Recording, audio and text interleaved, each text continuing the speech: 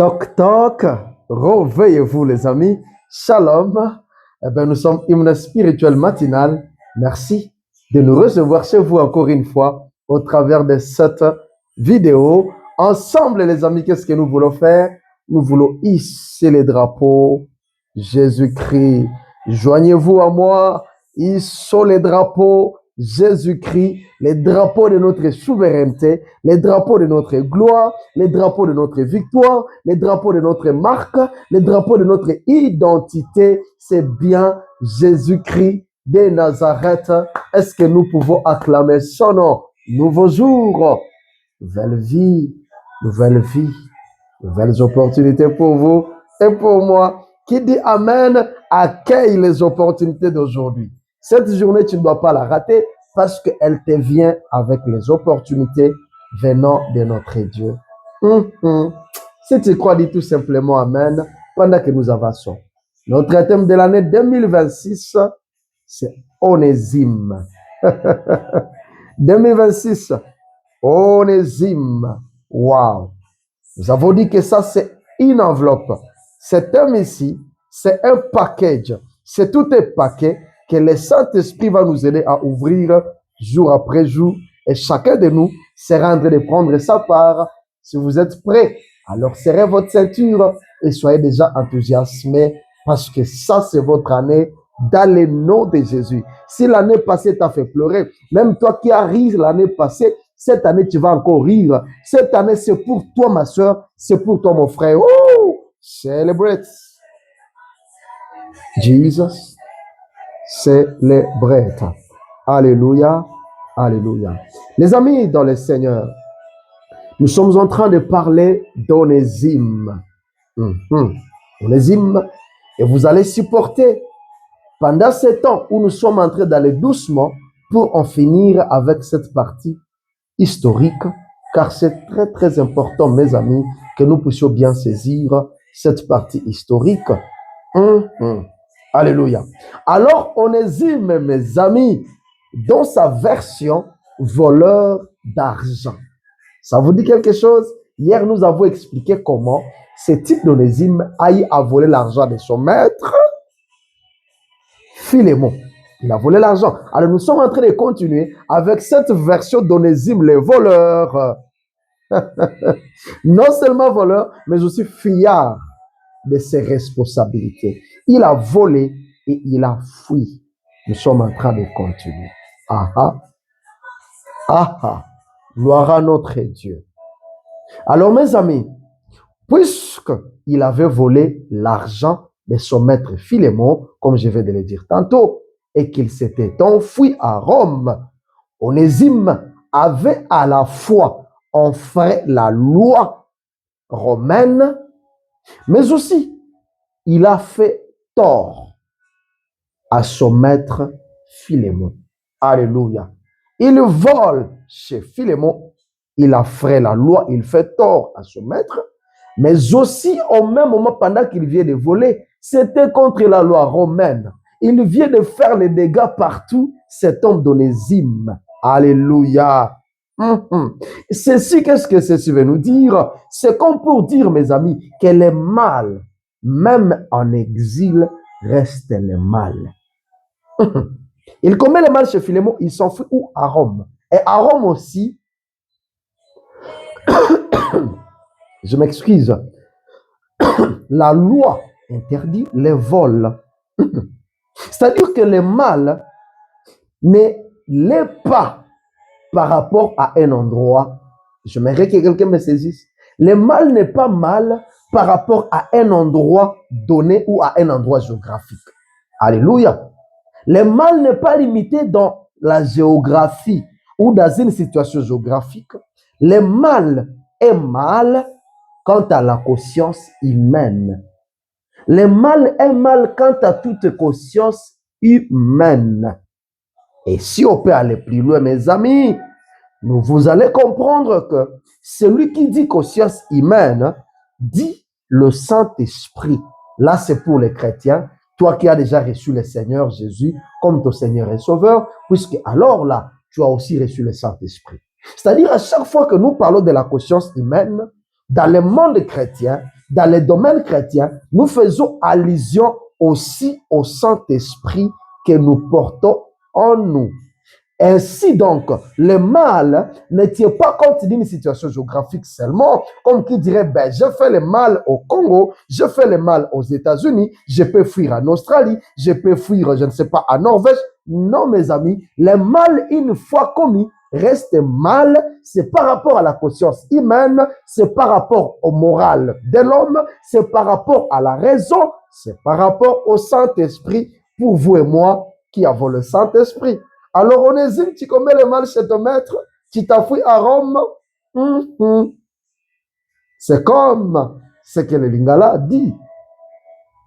Okimimbula, ok, kobata manebale. À quelque sorte. C'est-à-dire que tu t'échappes à la pluie, tu crois que tu vas aller t'abriter, mais c'est dans l'océan où tu vas t'abriter, pour ceux qui ne comprennent pas l'Ingala. Mes amis, j'aimerais qu'on se comprenne très bien. Alléluia. Alors, mes amis, à tous les exilés du mal, un homme, une femme, un jeune frère, une jeune soeur, qui est exilé du mal, qui est en train de se cacher dans le mal, ou bien qui avait commis un mal quelque part, il s'est enfui loin là-bas. Tu as tué, tu as violé, tu es là, tu me regardes. Tu as enceinté, tu as fui. Tu as dit qu'on ne me connaisse pas. Tu as volé, tu as détruit. Et tu as disparu. Tu dis, je vais me fondre dans la masse. Il ne s'agit pas de la géographie, mais il s'agit de la conscience humaine. À tous les exilés du mal, ce message est à vous. Vous vous exilez. Quant au corps, vous vous êtes exilé physiquement, mais vos consciences restent esclaves quand même. Vos consciences restent esclaves. C'est-à-dire, quand il s'agit de votre conscience, vous n'êtes pas un exilé parce que votre conscience est avec vous. Et le mal demeure là en vous et avec vous et il reste mal. C'est ce qu'Onésime dans cette partie peut nous enseigner. Est-ce que ça bénit quelqu'un? Soyez bénis pendant que vous prenez une belle décision ce matin. Alléluia. Et lorsque votre conscience est esclave, mes amis, toute votre vie en souffre. Je m'imagine qu'Onésime à Rome, quand il avait l'idée de se fondre dans la masse au milieu de plusieurs esclaves, c'est pas par joie qu'il le faisait, c'est parce qu'il en souffrait toute sa vie. Qui est cet homme-là qui peut dire, je vais me fondre, moi? C'est puisque quelque chose ne va pas. Nous y reviendrons avec beaucoup plus de détails. Alléluia. Toute votre vie en souffre. Alors, mes amis, Paul, sachant que cette affaire ici de vol entre esclaves et maîtres devait se régler, il décida de renvoyer Onésime à Colosse. Il a décidé de renvoyer Onésime à Colosse. Alors, il a jugé qu'il était trop dangereux de faire ce voyage seul. Donc, Onésime, pendant qu'il doit retourner à Colosse, il ne devait pas faire ce voyage seul selon la pensée de Paul. Pourquoi? À cause de nombreux justiciers autoproclamés qui vivaient de la capture d'esclaves en fuite. Waouh! Dans l'entretemps, il y a eu ces gens, les justiciers autoproclamés, qui se sont donné le courage de dire, ben nous là, nous sommes des hommes justes, nous allons nous charger de commencer à arrêter tous ceux qui commettent le mal en bon. Alors à cause de ces gens, Paul a dit, comme il y a beaucoup de gens partout qui se sont autoproclamés des justes, qui attrapent les esclaves en fuite, alors ce n'est pas beau qu'ils rentrent seuls. Qu'est-ce qu'il va faire, hein, mes amis? Ces gens comme ça, les justiciers autoproclamés, nous en avons partout. Dans des familles, dans la société, dans des églises, dans les entreprises, dans nos pays. Vous savez, ces hommes-là, ce sont des religieux qui se croient être justes. Ils voient le mal partout. Ils disent, ben toi, tu ne mérites pas épouser ma soeur. D'ailleurs, votre histoire là n'est pas bonne. D'ailleurs, ta famille d'où tu viens là, toi, tu avais fait ça et ça et ça et ça et ça. Ils se promènent avec des calendriers, avec des papiers, des listes de mal des gens.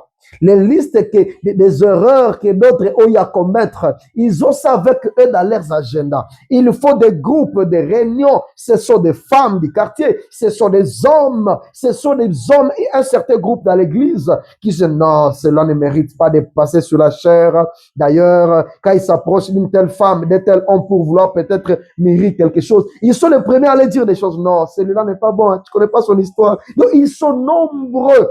Les justiciers autoproclamés, ils sont nombreux au milieu de nous, mes amis. Et si tu es parmi ces gens, ces messages aussi te concernent, chers justiciers autoproclamés.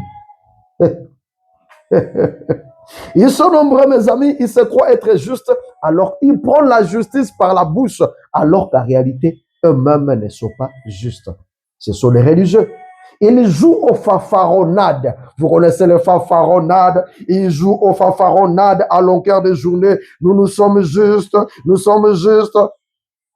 Alors qu'ils ne le sont pas, mes amis.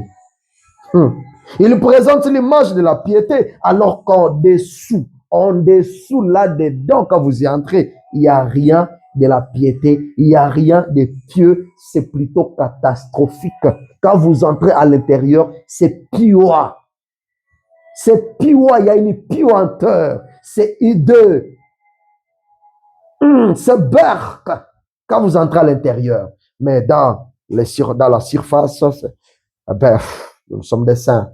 Nous cherchons, nous traquons les faiseurs du mal dans les quartiers. Les jeunes sœurs là, vous regardez quelqu'un qui vient à l'église, vous êtes les premiers. Il s'habille mal là. Il ne mérite même pas de s'asseoir ici devant. Il ne mérite pas de... Il y en a beaucoup qui frustrent les gens aussi comme ça. Donc, vous voyez qu'il n'y a même pas d'amour dans les gestes qu'ils font. Ils sont les premiers après quelqu'un. Mais ma soeur, tu es mal habillée. Tu vois pas que tu es venu séduire le pasteur?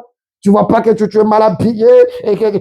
Les enfants de cette femme-là, ils s'habillent mal. Hein? Ils peuvent détruire les enfants au quartier. Fafaronnade. Il y en a plusieurs au milieu de nous. Alléluia. Je ne suis pas contre la correction.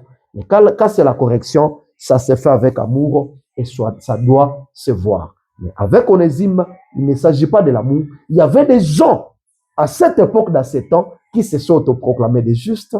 Alors Paul a voulu éviter les dangers que Onésime devait aller subir à son retour.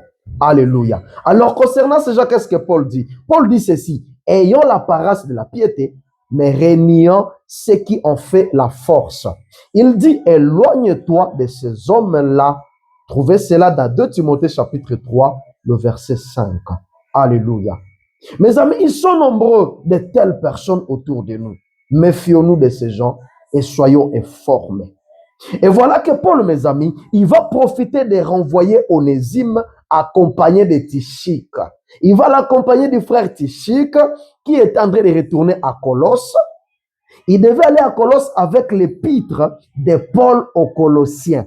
Alors, comme il était en train de partir, Paul va profiter de les renvoyer accompagné de qui? D'Onésime.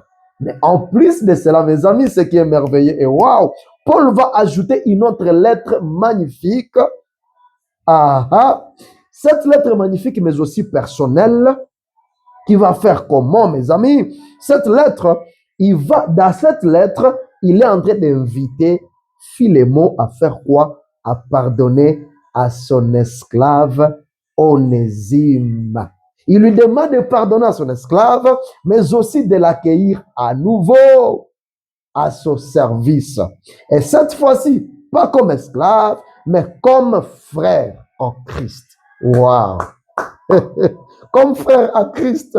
Mes amis, où est-ce que nous pouvons vivre ces choses? Dites-moi, où est-ce que nous pouvons trouver ces choses si ce n'est qu'en Christ? Imaginez un peu, quelqu'un est parti, il a volé, il est parti comme esclave, mais Paul ici, il écrit une lettre, il envoie, il n'est pas comme esclave, mais comme un frère bien-aimé. Waouh!